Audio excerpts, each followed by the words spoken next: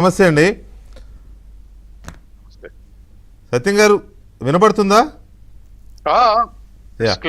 Yeah సత్యం గారు, ఈ వాళ్ళకి అన్ని సీట్లు వస్తాయి, వీళ్ళకి ఎన్ని సీట్లు వస్తాయని రెండు పార్టీల డి అంటే డి అని అనుకుంటున్న మాటలు కానీ, ముఖ్యమంత్రి గారు నిన్న చేసిన ప్రకటన అది చాలా అంటే మామూలుగా చేయలేదు. అది ఏదో ఆషామాషిగా అన్నట్టు అయితే అనిపించరా నాకైతే. భద్రాచలం రాముడిపై ఆనా అనే స్థాయిలో మాట్లాడారంటే మరి అది కాన్ఫిడెన్స్ లెవెల్స్ చాలా గట్టిగా ఉన్నట్టే కదా. ఏంటి దాని మీద మీ విశ్లేషణ ఏంటి? మరోపక్క ఏదో కాంగ్రెస్కి 78 బీఆర్ఎస్కి 78 వస్తాయని ఒక సర్వేలో ముఖ్యమంత్రికే చెప్పారు. కాబట్టి అధికారం మాదే, అందుకే ముఖ్యమంత్రి డిఫెన్స్లో ఉన్నాడు, ఫ్రస్ట్రేషన్లో ఉన్నాడని కేటీఆర్ గారి మాటలు. ఈ రెండింటిని మీకు కలిపితే మీకేమనిపిస్తుంది?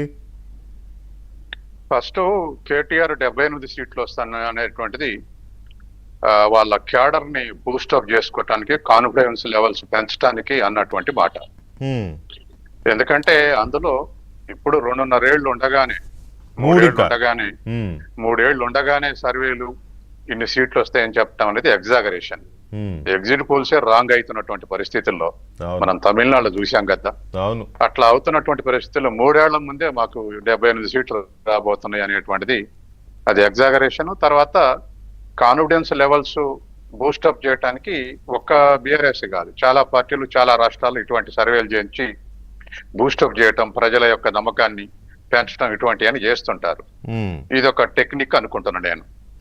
రెండవది, కేటీఆర్ చేసినటువంటి దాన్ని తిప్పికొట్టడానికే రేవంత్ రెడ్డి ఇంకొంత సైంటిఫిక్ గా జమిలి ఎన్నికలు గెలిపాడు. అంటే వాస్తవానికి జమిలి ఎన్నికలు 2029లో జమిలి ఎన్నికలు వచ్చేటట్టయితే జాతీయ పార్టీలకు అడ్వాంటేజ్. ఎందుకంటే పార్లమెంట్ ఎలక్షన్స్, అసెంబ్లీ జరిగితే ఎప్పుడు కూడా పార్లమెంట్ ఎలక్షన్ల యొక్క ఎజెండానే చర్చకు వస్తుంది. అట్లాగే జాతీయ పార్టీల ఎజెండా చర్చ జరిగినప్పుడు ఖచ్చితంగా మోడీ రాహుల్ గాంధీ చర్చ జరుగుతుంది తప్ప కేసీఆర్ చర్చ లేకపోతే ఇంకొక లోకల్ ప్రాంతీయ పార్టీలు, వివిధ రాష్ట్రాల ప్రాంతీయ పార్టీలు బీజేపీ అన్నట్టే ఉంటది చర్చ. ఉంటది కాబట్టి అసెంబ్లీ ఎన్నికలకు కానీ ఆయన ప్రాంతీయ పార్టీల ఏజెండాకు కానీ అంత ఇంపార్టెన్స్ లభించదు. కాబట్టి ఆ డిసడ్వాంటేజ్ బీఆర్ఎస్ ఫేస్ చేసే అవకాశం ఉంది, ఆ అడ్వాంటేజ్ కాంగ్రెస్ బీజేపీ ఫేస్ చేసే అవకాశం ఉంది.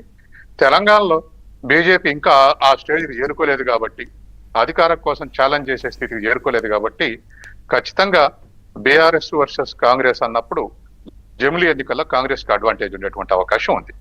కాబట్టి దాన్ని ముందుకు తీసుకొచ్చి 117 సీట్లు వస్తాయి, 182 డీలిమిటేషన్లు పెరుగుతాయి అని చెప్పేసి కేటీఆర్ ని డిఫెన్స్ లో పడేయగలిగాడు.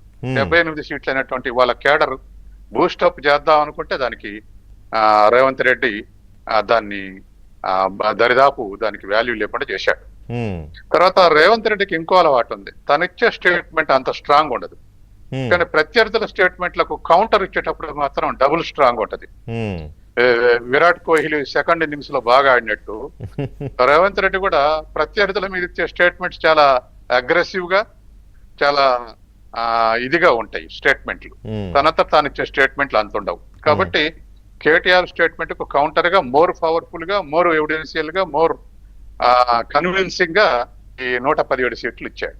కాబట్టి ఇంకా కాదు సార్, ఇప్పుడు ఏదన్నా అంటే దేవుడికి మొక్కుకుంటారు చాలా మంది. ఇప్పుడు రాముడిపై ఆనా అని రాముడికి టెస్ట్ పెట్టినట్టున్నాడు ఆయన. ఇప్పుడు రేవంత్ రెడ్డి గారు రాముడిపై ఆనా అని రాముడికే టెస్ట్ పెట్టినట్టున్నాడు.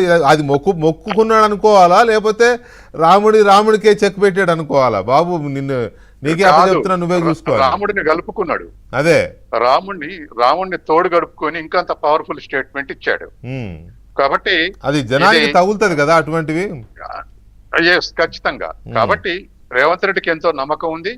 రేవంత్ రెడ్డి సర్వే చేయించాడు కాబట్టే రామేంద్ర విట్టేయగలిగాడని చెప్పేసి ప్రజలు అనుకునే అవకాశం ఉంది. కాబట్టి ఇవాళ ఇటువంటి స్టేట్మెంట్స్ ఒకళ్ళు అప్పర్ హ్యాండ్ అయితే ఇంకొకరు కాకుండా చూసేటువంటి వ్యవహారం కొనసాగుతా ఉంది. ఇప్పుడున్న పరిస్థితుల్లో ఇంకా కాంగ్రెస్ ను ఓడించే స్థితికి మిగతా పార్టీలు ఏమి చేరుకోలేదు. యాజ్ ఆన్ టుడే ఇంకా 3 ఏళ్ల తర్వాత ఈ నిమిషానికి అంతేలే. మొన్ననే కదా సార్వత్రిక ఎన్నికలు జరిగింది, 2 ఏళ్ళు అయింది. ఈ 2 ఏళ్ల క్రితం ఒక్క స్థానం కూడా రాలేదు బీఆర్ఎస్ కి, ఒక ఎంపీ కూడా లేడు. తర్వాత ఏ ఉప ఎన్నిక జరిగినా కాంగ్రెస్ గెలిచింది. తర్వాత ఖచ్చితంగా నెర్వస్ అయినటువంటి బీఆర్ఎస్ పార్టీకి గ్రామ పంచాయతీ ఎన్నికలు కాన్ఫిడెన్స్ తీసుకొచ్చాయి. మనం నిజమే. పోరాడొచ్చు సిటీలో అనేటువంటి- హైదరాబాద్ సిటీలో ఒక్క సీటు కూడా గెలవలేని కాంగ్రెస్ పార్టీ ఎలక్షన్స్ లో 2 ఉప ఎన్నికల్లో 2 గెలుచుకున్నది, 10 మంది ఎమ్మెల్యేలు దూకేశారు. ముందు కదా? ఏదైనా జరగచ్చు, కానీ అదే. యాజ్ ఆన్ టుడే ఆ, ఇంకా ఆ పరిస్థితి రాలేదు. కానీ ప్రిమేచ్యూర్ గానే ఈ స్టేట్మెంట్ ఇస్తే కేటీఆర్ కొంత ఆశ్చర్యంగానే ఉంది ఆలోచించే వాళ్ళకు. అవును. ఏదేమైనా ఇప్పుడు 3 ఏళ్ల ముందు ఎగ్జిట్ పోల్స్ నిజంగానప్పుడు డిఎంకే అధికారంలోకి వస్తుంది, అన్నా డిఎంకే ప్రతిపక్షంగా ఉంటుంది, టీవీకి 15-20 సీట్లు వస్తాయని ఎగ్జిట్ పోల్ చెప్పారు. అవును. కౌంటింగ్ దగ్గరకు వస్తుంటే అప్పుడు టీవీకి కూడా మరిన్ని సీట్లు రాబోతున్నాయి అని చెప్పేసి అప్పుడు అన్నారు. అవును. కాబట్టి 3 ఏళ్ల ముందే మేము అధికారాలు రాబోతున్నాం అనేది ఇవన్నీ కూడా సరే పొలిటికల్ గేమ్ లో బూస్టప్ చేసుకోవడానికి ఇచ్చేటువంటి స్టేట్. 50-100 సంస్థలు సర్వేలు చేస్తే ఒక్క సంస్థ ఇచ్చింది విజయ్ అధికారంలోకి వస్తాడని, 100లో ఒక్కడు ఇచ్చాడు. ఆ ఒక్కటి మరి అది ఎట్లా ఇచ్చారో తెలియదు, కానీ మొత్తానికి అయితే ఒకటి కరెక్ట్ అయింది. ఎనీవే